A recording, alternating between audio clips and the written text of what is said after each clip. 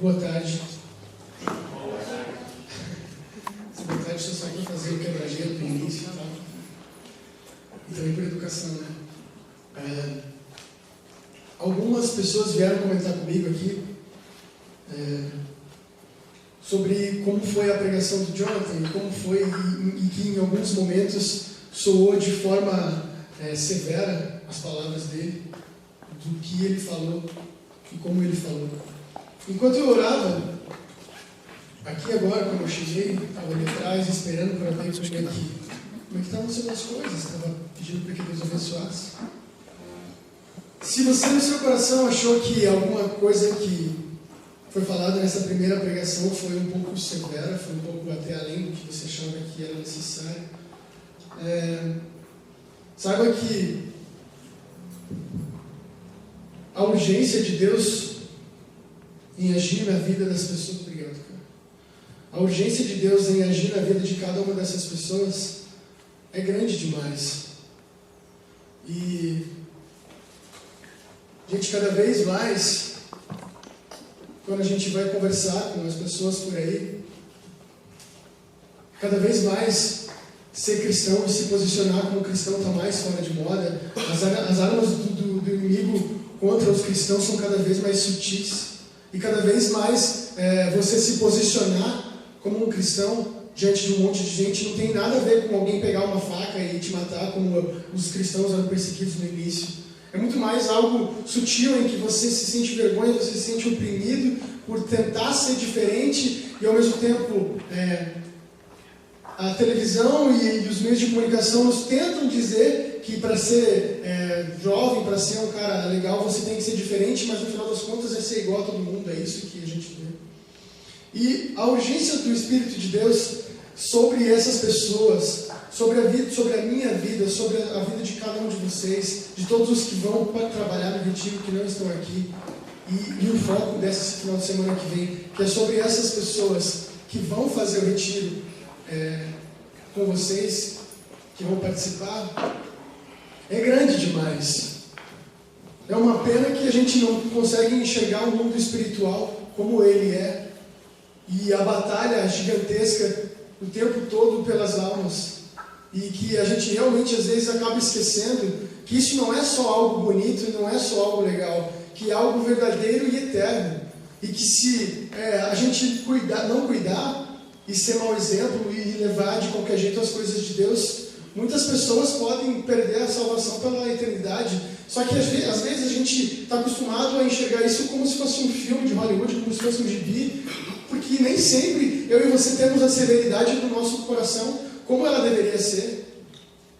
O quão importante é ser servo de Deus, o quão importante é ter nas mãos almas das outras pessoas, porque você não tem poder nenhum sobre a vida das pessoas. Isso é verdade, o Jonathan falou, mas você influencia muito a vida de muitas pessoas. E sobre uma má influência você pode simplesmente atrapalhar o plano de Deus para a vida dela. Então não no ponto simplesmente da severidade das primeiras coisas que o Jonathan falou, mas muito além no sentido de que, afinal de contas, sobre qual batalha nós estamos falando aqui? Qual é o preço da perda e qual é o preço de ganhar a batalha na vida de uma pessoa que está querendo ou não entregar o coração dela para Jesus? Isso é sério demais. E por isso que eu venho fazer algo de forma muito específica e muito singular. O que você veio fazer aqui? Qual é o seu propósito? Não precisa nem olhar para o lado, se quiser fecha o olho, se quiser fica de olho aberto, mas qual é o seu propósito aqui? Você veio aqui sem saber o que você estava querendo vir aqui? Você veio aqui para se fortificar?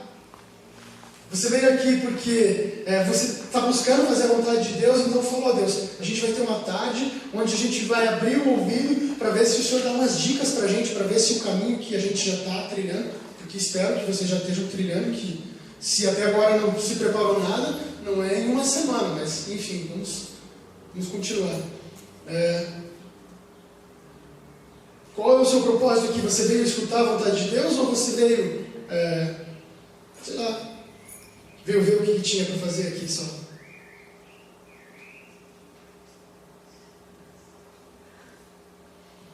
Qual é o seu objetivo aqui?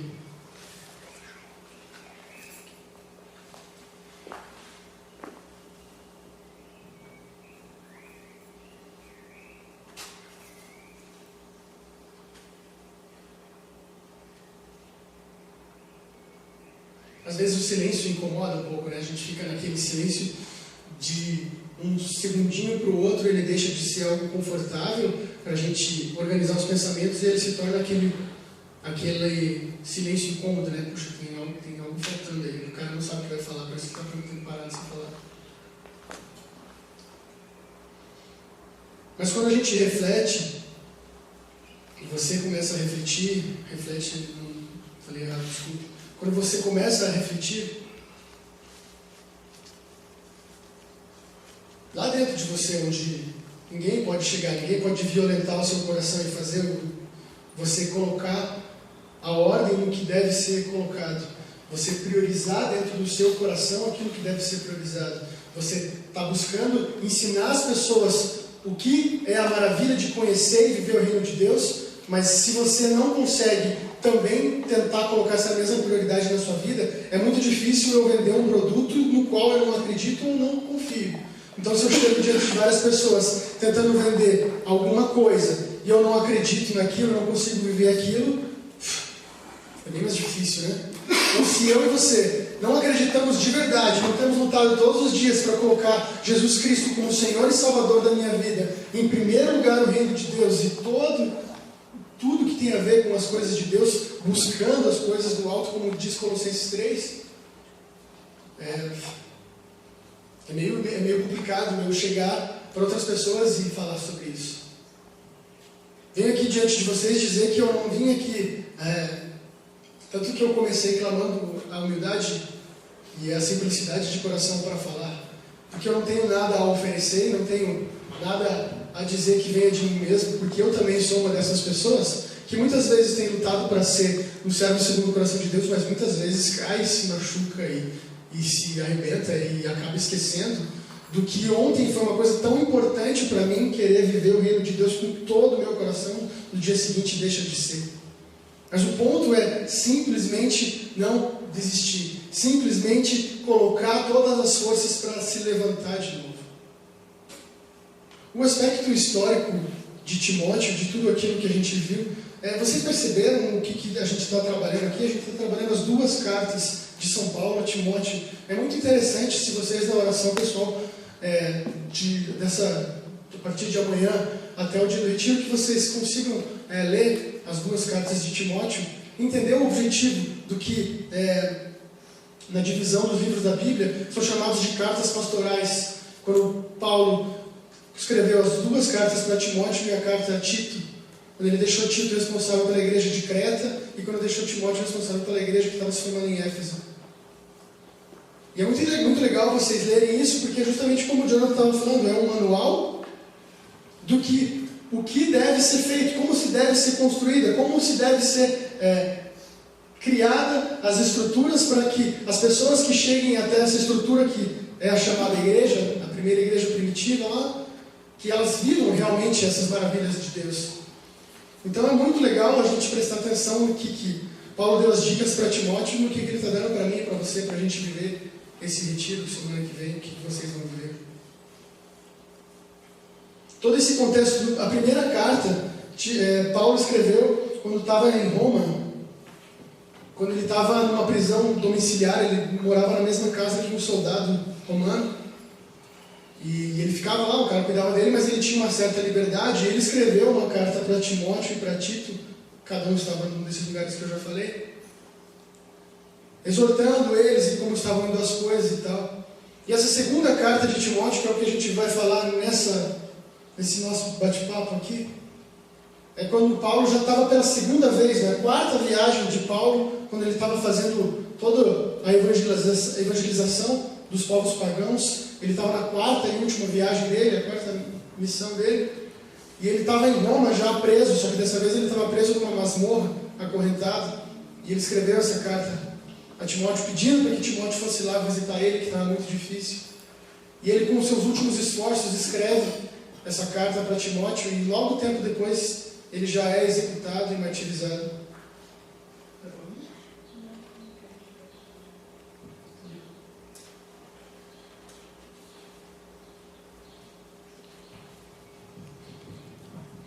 Todo mundo está com a Bíblia aí? O nome e o tema dessa pregação aqui para a gente, logo no comecinho ali, da segunda carta de São Paulo a Timóteo, 2 Timóteo, capítulo 1, versículo 9.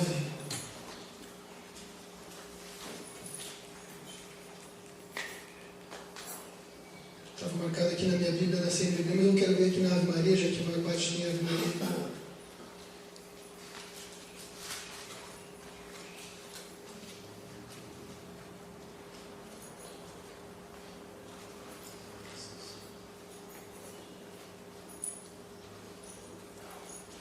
É isso aí, ó. É o versículo 9. O versículo 9 é o tema dessa pregação.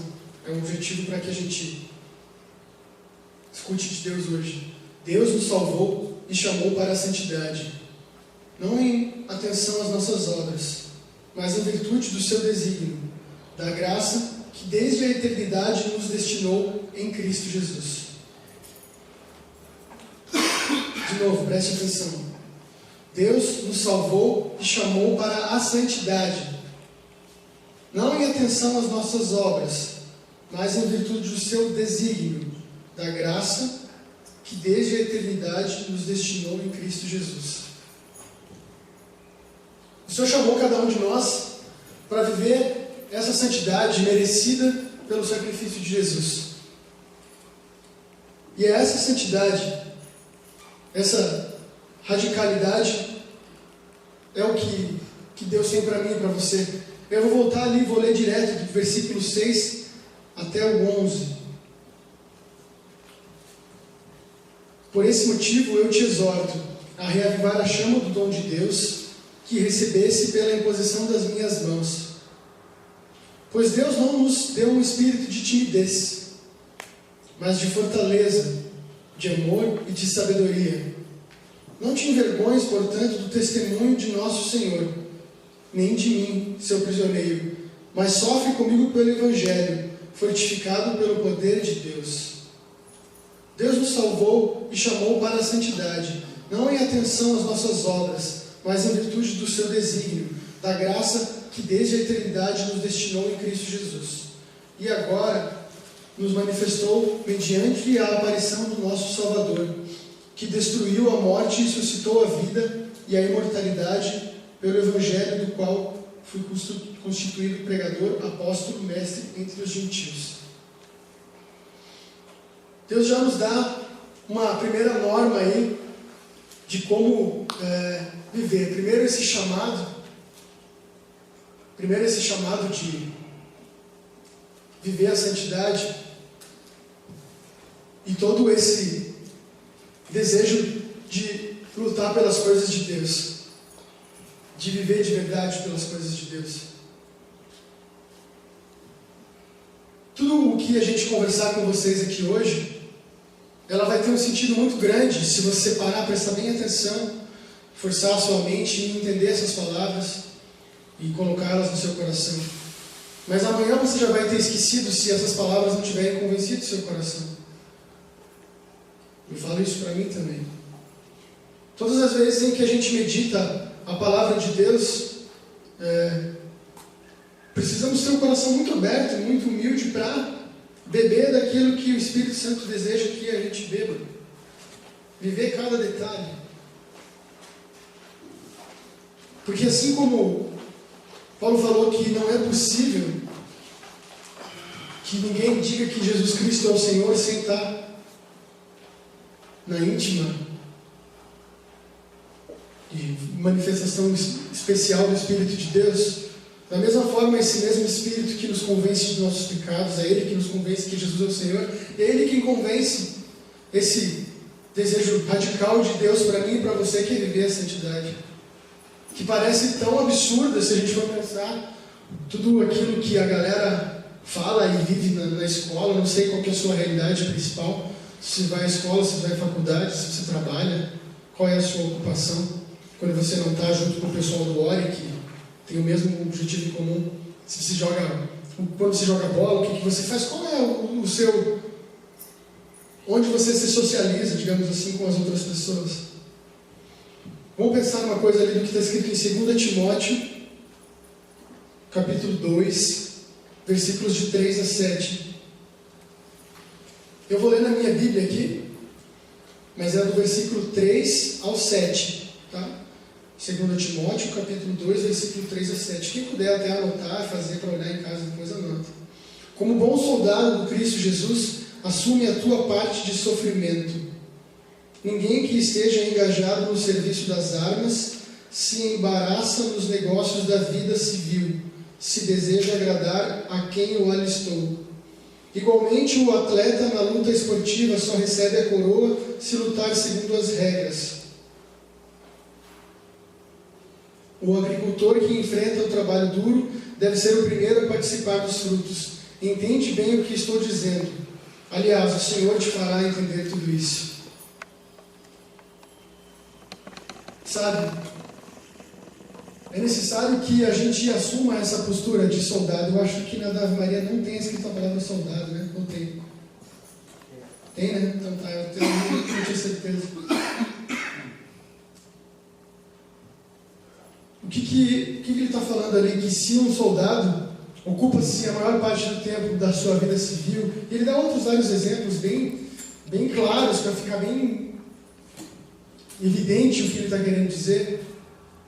Se a gente deseja ser um soldado de Deus, e esse é o chamado de cada um aqui, não se engane, se você já veio aqui hoje, é porque Deus te chamou a lutar pelo reino dele já. Isso já é fato, já coloco isso sobre a minha e sobre a sua vida sem nenhum tipo de receio, tranquilamente. Você já é soldado de Deus, por isso que você foi chamado e por isso que você está aqui. Não se confunda, essa responsabilidade já é sua. Se você tem gastado a maior parte do seu tempo em outras coisas que não sejam as coisas de Deus, como você vai esperar ter os frutos das coisas de Deus sem se ocupar delas? Se você não assume, se você não se posiciona, se você não luta como uma pessoa que Deus deseja que você seja, de nada adianta. Vou aproveitar e dar um testemunho da minha vida, até para que vocês, vendo a minha miséria, não achem que eu venho aqui falar como alguém que já passou por uma vida difícil de pecados e hoje vivo na glória, na graça, não faço mais nada de errado e vim aqui contar para vocês como que é isso. Não. Venho contar aqui para vocês me verem como eu sou mesmo. Estava eu esse ano, há um mês atrás, acho. Ninguém do Vale sabe disso. Estava eu... os amigos da faculdade queriam que eu saísse e tal. E ficaram enchendo o saco e tal. E não foi uma galera assim, só os 3 amigos daqueles que a gente passou todos os anos de faculdade. Como eu fiz engenharia, eu fiquei 7 anos na faculdade, então foram vários anos de amizade, não foram...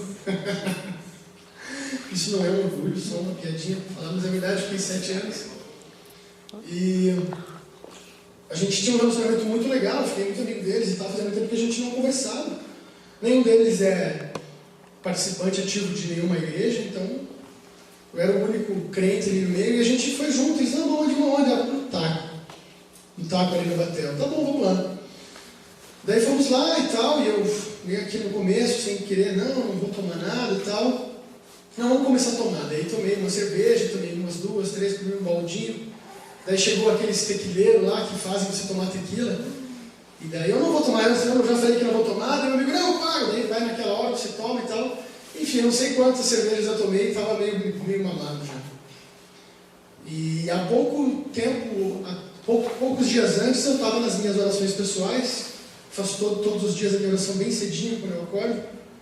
Estava pedindo para Deus para viver mais profundo, para que Ele me levasse a águas mais profundas, para que eu vivesse a intimidade com Ele e tal. E estava no meio da galera, bêbado. E fui no banheiro fazer xixi. E daí na hora que eu estava indo falar, xixi, pode ser, mas é meio bicho falar xixi, assim, enfim. Daí estava no banheiro, bem na hora que eu estava fazendo o número 1 ali, Deus me falou claramente assim, não esqueça que eu vejo tudo. Daí eu, putz, e agora? Eu comecei a pensar, Deus, eu sou vale e tal. E daí já sacaneou a minha noite, né? Daí eu já até fiquei meio bravo, porque eu estava meio mamado, né? Pô, Deus. Daí eu sentei na mesa e não fiquei mais conversando, né? Eles ficavam conversando, eu fiquei só mais olhando. Ei, o que você tem, cara? Tá bêbado? Por isso que você tá assim? Não, mas eu tava de cara assim, né? Fiz besteira. Deixei Deus decepcionado comigo. E fiquei ali mais um tempo e tal, e daí comecei a ficar até meio bravo com Deus. Deus, nem aqui, né? Você fica me perseguindo, fica me enchendo o saco, fica me buscando onde eu vou. E Deus não falou mais nada, né? Ele sabia que não era hora de falar, porque é um burrão, ele me conhece muito bem. Não falou nada, né? Daí no dia seguinte, que era sábado, acordei bem cedinho para fazer a minha oração. Me ajoelhei e já falei, agora vou levar, né? Então, Deus, eu queria pedir perdão para você por tudo aquilo que aconteceu e tal. Você não vai dizer nada? O que você acha disso, Deus? Deus falou, então tá bom, vamos conversar. O que você acha que tinha de errado lá? Eu fui lutar. Não. Você pode ir até num lugar onde até existem pecadores. Para de ser burro, ler a Bíblia. Tinha vezes até que eu ia no meio da galera, onde era um lugar onde tinha um monte de pecador para evangelizar. É verdade, todo mundo foi errado lá. Foi errado eu ficar com os meus amigos lá que ninguém é cristão. Não, você está sendo burro de novo. Pense. Então não é isso. Então tá bom, porque eu tomei uma cerveja.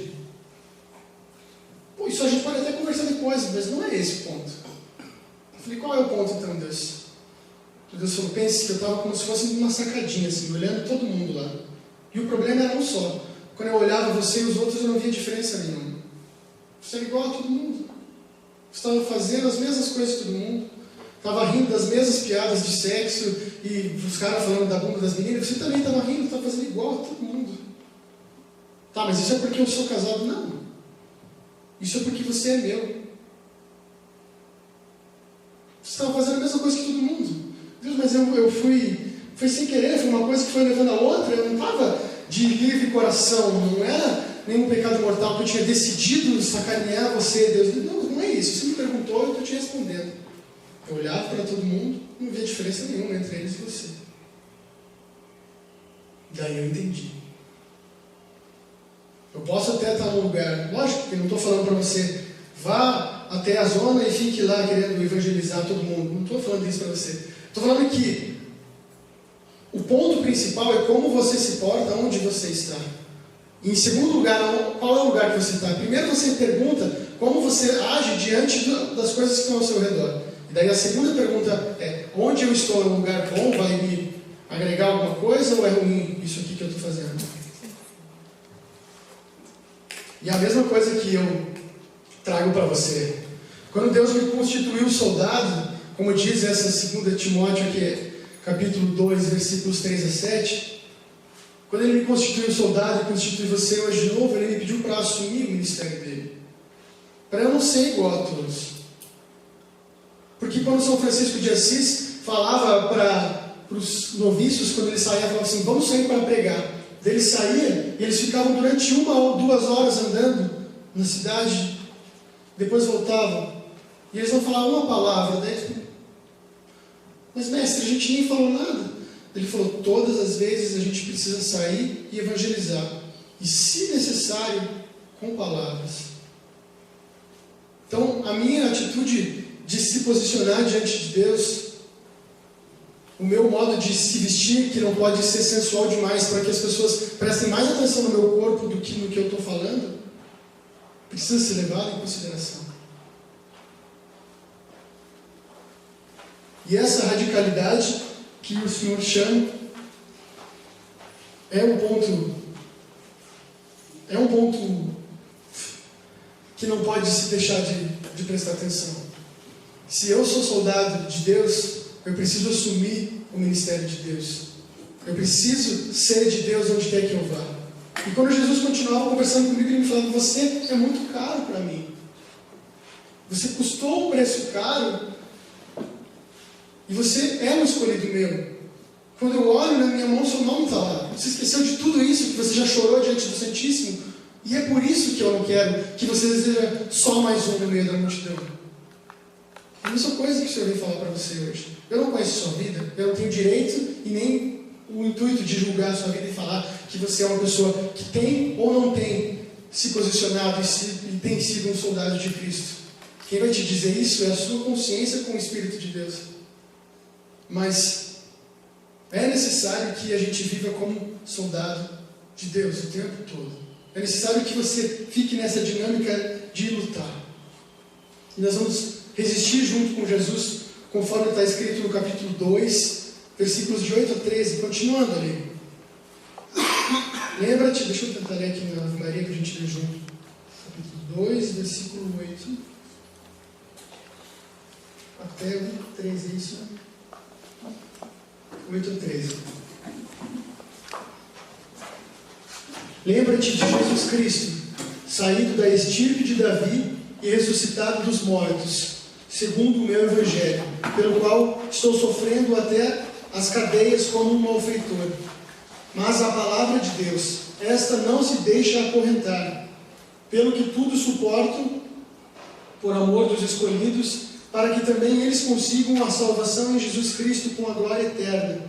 Eis uma verdade absolutamente certa: se morrermos com Ele viveremos. Se soubermos perseverar com Ele, reinaremos. Se porém o renegarmos, Ele nos renegará. Se formos infiéis, Ele continua fiel e não pode desdizer-se. Se morrermos com Ele, também a gente vai viver com Ele.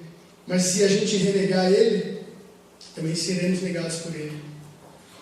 Não se confunda e não imagine que a sua vida é feita de uma só escolha. Aquela que você fez há 10, 5, 3, uma semana atrás, 15 anos atrás, 50 anos atrás, não importa. Falei 50 anos atrás para o Gilberto também estar junto. Não, brincadeira, só para dar uma quebrada. Mas, né? Quantos séculos que você já se converteu, não importa. Brincadeira. Mas isso é muito sério, só falei isso para a gente quebrar um pouco, para não ficar todo mundo olhando para mim com essa cara de medo. Isso é muito sério. Não importa faz quanto tempo que você tomou uma vez uma primeira decisão. Tem um pregador que eu e o Jonathan gostamos muito, a gente já viu a pregação dele até estragar, não estraga mais fita, né? De tantas vezes passar, então é o YouTube que você vê várias vezes. Mas a gente viu várias e várias vezes a pregação do cara em que ele deixa muito claro esse aspecto, que não importa a primeira vez que você escolheu viver a sua vida com Jesus. Se você não optar por escolher isso todos os dias, isso de nada vale. Porque se você morrer naquele dia que você pegou a sua escolha, beleza, está no céu. Mas se 2 dias depois você já esqueceu aquilo, não interessa o que você escolheu atrás. Você precisa viver isso. Por isso que o tempo verbal aqui de se morrermos com Ele viveremos. Então, se você vive esse presente no gerúndio, se morrermos com Ele viveremos. Mas também, se você viver negando Jesus, vai ser negado. Mas a questão da fidelidade é algo muito importante. Você viu ali, né, que se a gente morre com Jesus, a gente vive com Ele. Se a gente perseverar com Ele a gente reinará. Se a gente negar Ele também nos negará. Mas se a gente for infiel com Ele não vai deixar de ser fiel com a gente. Porque Ele já prometeu um monte de coisa e Ele não pode voltar atrás. Isso é a maior esperança, porque não interessa quantas vezes eu caí e você caiu, a gente sabe que a gente é só tentar de novo, voltar atrás, que dá tudo certo. Em 2 Timóteo 2, 14 a 17, eu não vou ler, não precisa ler. Ele só vai falar uma coisa que o Jonathan já tinha lido, que Paulo já tinha falado para você fugir das conversas tolas. Joga fora a fofoca do meio de vocês. Não perca tempo falando coisa que não vai agregar valor, porque isso só vai te deixar longe de Deus. Então o que está escrito aí no 2 Timóteo, capítulo 2, de 14 a 17, tem mais algumas coisas ali, mas o que é importante para que eu e você prestemos atenção é isso. Fuja das conversas tolas, deixe aquilo que não vai agregar valor, não coloque no meio de vocês. Eu não sei se está sendo muito difícil de entender ou se está sendo claro ou não. Como o Jonathan falou,